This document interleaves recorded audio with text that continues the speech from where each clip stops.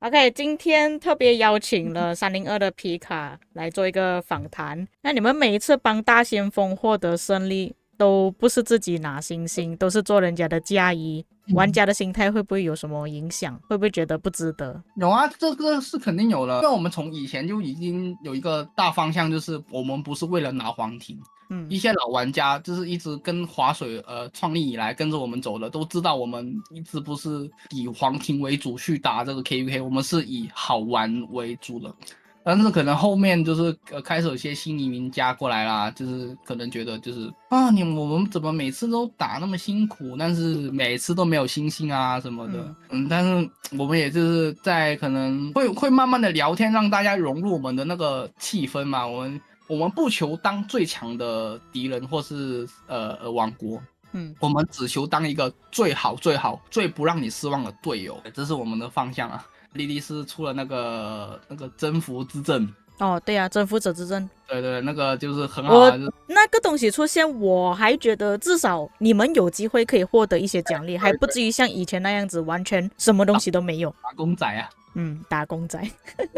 我们一直都说我们是专业的打工仔啊。但是你们每一次帮别人打 KVK， 帮这些大先锋打 KVK 的时候，时常会受到一些外来的批评，讲302坚持不久，302的休息时间到太长了之类等等的话，你们会这么觉得吗？还是你们不会去理会这东西？这个事情其实我们也不会特别去跟外面就是理论，你也知道这些，因为我们确实是表现不好嘛，但是这一方面嘛，我也想去跟大家讲解一下，就是我们302呢是一个人少而且精英多的王国，我们大家也知道，但是我们每一次面对都是那种可能是我们的2倍啊，2倍甚至比2倍更多的敌人。Uptime 的时候，我们可能也无法做到碾压他们，我们可能顶多顶到天了，我们只能6-4开啊什么的。所以呢，我们的 downtime 肯定是很严重，因为我们每次 KPK 都是打那些什么欧美时区啊，我们基本上没怎么打韩国人，因为我们每次都要用我们的 downtime 去面对别人的 uptime， 而且我们本来就已经人少，我们又不像那个960嘛，就是很多代打嘛，我们都是大家可能自己请假玩的，所以我们就很明显我们的 downtime 是完全打不过。但是你如果说我们没人呢，我们不是没人，我们单那时候可能有2-3成的人嘛，但是你也知道，那2-3成的人打别人 uptime 根本就是出去自杀嘛，所以就不太愿意出来，就可能就在被旁边刷啊，就只能撑啊，使小号啊，然后被别人看到就好像怎么302是不是有20个小时的 downtime 啊？是不是都不会对啊，时常听到这个东西。对。老外也很常嘴我们啦，就是也有一些人就嘴什么那个302一直都在睡觉啊什么的。302 uptime 是很强啊，但是他们睡20个小时。他们是这样子讲，但是我每一次看302打这种先锋战局的时候，都会给我出其不意的意外惊喜。不然就是锁在角落不能出的时候，突然之间302又能出来，又可以突围出来，然后1846这么体积庞大的王国也可以打出去。这就是一个302的魅力吧，就是有点意想不到，是真的连我自己身为一个管理，身为一个指挥，我自己都意想不到302其实可以做到那么多想不到会做到的事情啊，就是全靠大家的，真的是全靠大家的努力。每一次战前发信都是讲一堆有的没的干话，跟大家鼓励，然后大家也很好的，就是跟家人一样一起互相帮忙，就是可能请假，真的是明明不能请，但是也尽可能的去请假帮忙大家，然后造成一些大家都意想不到的决定，然后慢慢的让一些人去改观，就是之前骂302的也慢慢开始改观，就是慢慢的变得看得起302，就像认可你们了。对，所以302现在一直的国风啊。都是不是那些什么抓马的主角，每次都是默默的付出，对，默默的耕耘，每次都是证明到自己的身价，就是证明到自己真的是拼全力的去帮队友啦，不会是什么流利啊什么的，我们每次都是尽全力的去打什么的。你们会认为自己是打最难的仗，就是可能你一个 KVK 里面啊有其他的大佬，比方说你们上次跟960打的时候，你们是辅助的那一方嘛，那你们会认为自己是打最辛苦的那一个仗吗？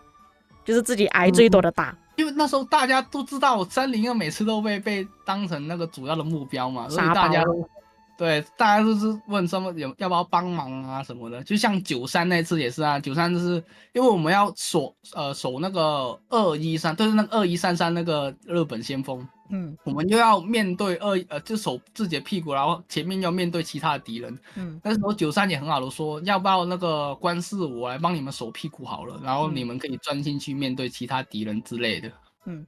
然后960那次也是。关机开的时候就是你们别打，我们不用打，你们去休息，让我们来刷。大家都很好啊，其实都很好，知道302就是一个不会放弃的王国，所以也会主动的去提出要不要帮忙什么的。302有未来的想法吗？会继续留在先锋打这种先锋战局，还是像1316那样可能卡在 AB 组？因为现在这个游戏啊，华人已经开始越来越少了，我们自己302里面的大佬也开始老化了，已经开始大家都累了，大家都是老人家，都是玩30年起跳的那种，甚至有那些可能精武门的那些都已经5、6年起跳了，所以我们就开始，我们未来方向呢，就是不会再继续进去先锋，因为根据现在的莉莉丝的那个匹配啊。这个匹配你也知道，就是看到最近像那个93啊，跟那个365，他们里面一堆都是那些什么 B 国啊。对啊，4个阵营都是由3个王国组成的。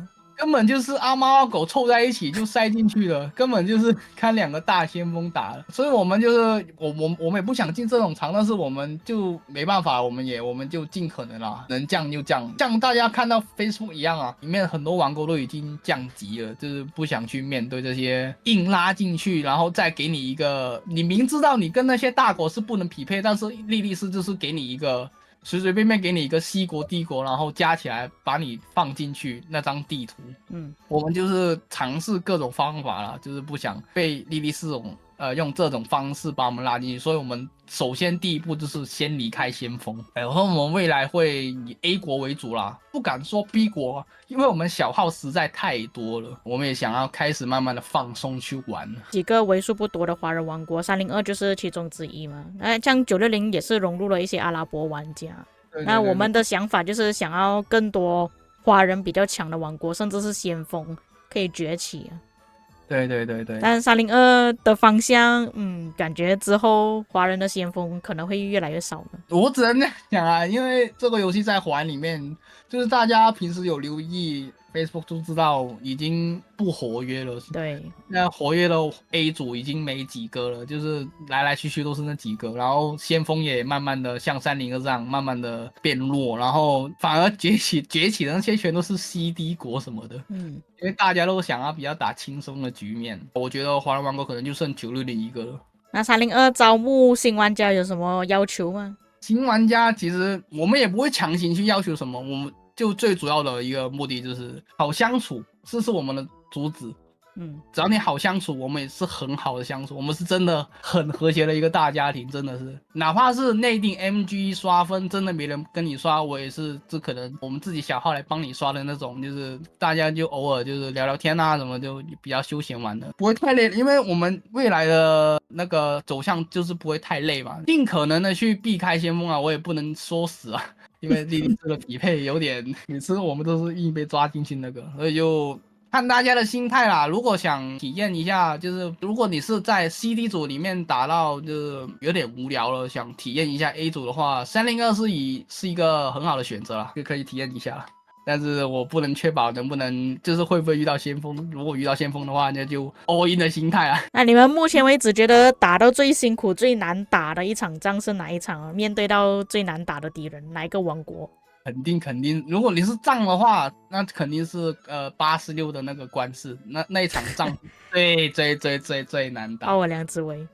对对对，那是。然后那个，如果你说王国的话，我会有2个选择。那时候我们就是也是巴塞罗那场啊，就是打那个365跟巴塞罗那场，因为我们跟他们打了11天嘛，知道他们实力如何。但是我们去打那个365的时候，可能他们也是慢慢的走到往下走了，已经没以前那么强了。某程度上觉得86是比365还要恶心的那种。他们甚至那个操控呢，那个操作呢，是比365还要好。那些什么黑科技啊，那大家都懂啊，那些你打过都知道。我还没有遇过846，我打过365，然后365也是很恶心啊。对对对，我知道，我也有去那时候代打那个960去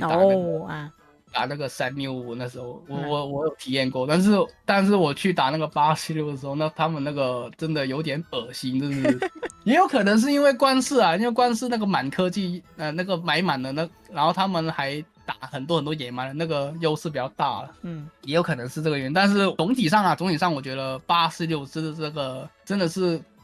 很比较 top 的王国。302不是一个很强的王国，但是是一个最强的队友。看你们表现一直以来都很好啦，都 OK 的啦，没有问题的啦。反正不会让你失望啊，这就是302啊。每次让我有惊喜，确实是不失望的。好啦，最后有什么话要补充吗？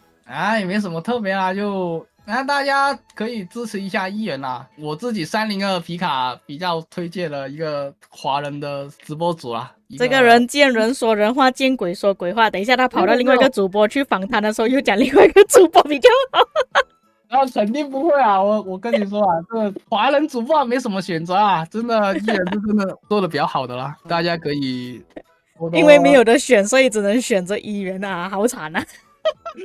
不能这样想，不能这样想，也要你做的好啊，对不对？啊，对。